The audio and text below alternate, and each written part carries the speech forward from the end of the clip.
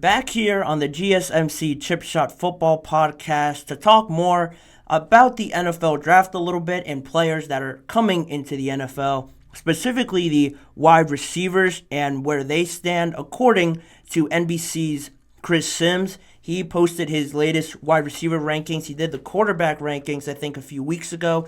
And now I wanted to get your thoughts, Kenneth, on these rankings. We talked a little bit before about us looking over them and having him break it down in the lead up to this episode. But just to remind the audience, in case they haven't seen it, he kind of broke it down into about three tiers for the top five receivers in this draft. The first tier, the explosive wide receivers, the game changers, the guys that are undoubtedly the number ones. He had Malik Neighbors and Brian Thomas, also from LSU. Those two guys there coming off of great seasons. Arguably, Malik Neighbors has been in that conversation more, but not really so much Brian Thomas. So I'll bring you in here now, Kenneth. What did you think initially when you saw the video or read the article, when you saw that first tier and you saw those two guys there from LSU? What were your thoughts on that? Yeah, so first off, I'll say like I'm not a college football expert by any means. But I will say, from all the mock drafts, most people are going to have Marvin Harrison Jr. as number one, and then you have Malik Neighbors, you have Rome Odunze, and then Brian Thomas is kind of like that fourth wide receiver there. And I did watch the video, and he broke down, his reasonings for his rankings. Basically, from what I took from it is that it's Marvin Harrison's Jr. to his ability to, or his lack of, being able to separate from corners, and talking about how he's a 50-50 ball guy and things like that.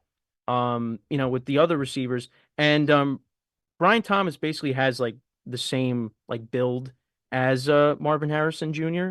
They're both 6'4", they're both 205 pounds. But I guess he just prefers Brian Thomas over Marvin Harrison Jr. And then when you look at Malik Neighbors, he kind of compared him to Jamar Chase. And LSU is notorious for having, good wide receivers coming out of their program. You had him, and of course you have Justin Jefferson as well. So it looks like Malik Neighbors can be that next guy, which hopefully we were talking about off air about the Giants, my team. Maybe the Giants could get him possibly, to add to that offense. Um, and like looking at the mock drafts too, like everybody has Marvin Harrison Jr. being the first wide receiver taken off the board. Then it's Neighbors, then it's Adunze, and then Brian Thomas later on. And yeah, I mean, all of them had good seasons, and I think it also helps, for both the LSU wide receivers that they were playing with the Heisman Trophy winner in Jaden Daniels too, at least in 2023. So yeah, I mean, I kind of like understood where Sims was coming from. I don't think like his analysis was that like outlandish, but it really just came down to like Marvin Harrison Jr.'s like ability to like separate from corners, and that as opposed to the other receivers, they're able to blow right by him. So that's what I got out of it. Yeah, and on that, just to finish off the list here, like you mentioned, Marvin Harrison, he falls into the tier two, the no bust, NFL ready wide receiver one category. He was the only one in that tier, and that's obviously fair. If you're not going to have him in the first tier, you better have him in the second tier. And then he rounded it off with, like you mentioned, Rome Odunze and Roman Wilson also in there, rounding off his top five.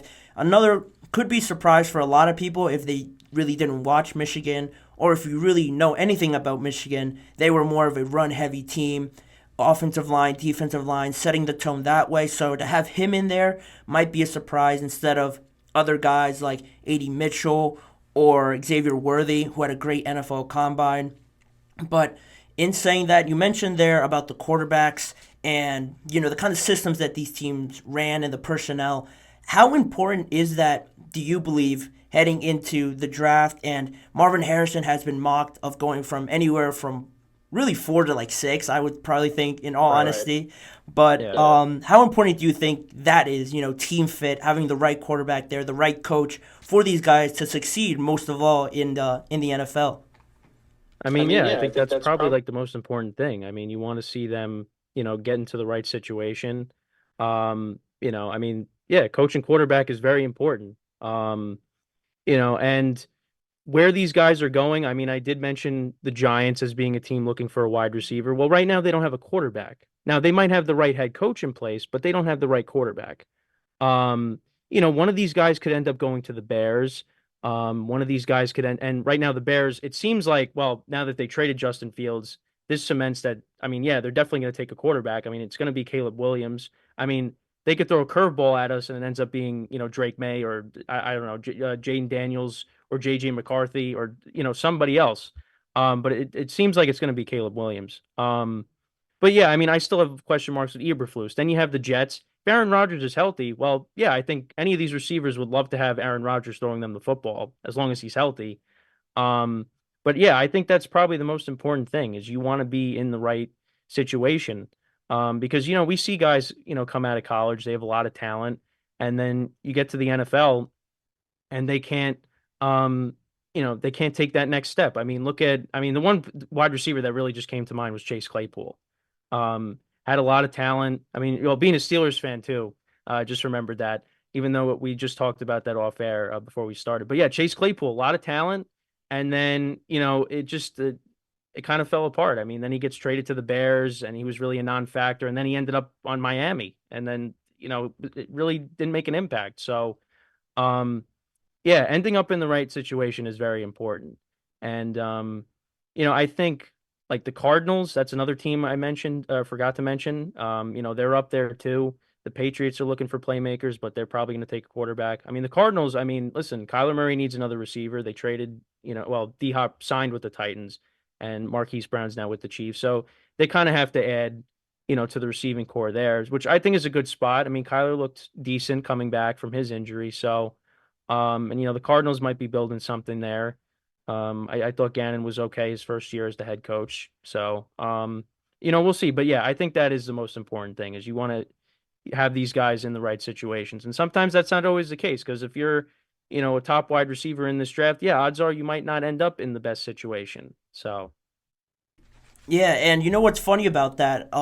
With the number 4 pick being the Cardinals, they could take one. The Chargers now, it looks like they have to take one at 5. Yeah. I want to not only get your thoughts on before, because when I thought before thinking of this draft, I would have thought anybody that needs a receiver has to go knock out the door of the Los Angeles Chargers, but that seems to just have gone out the window now.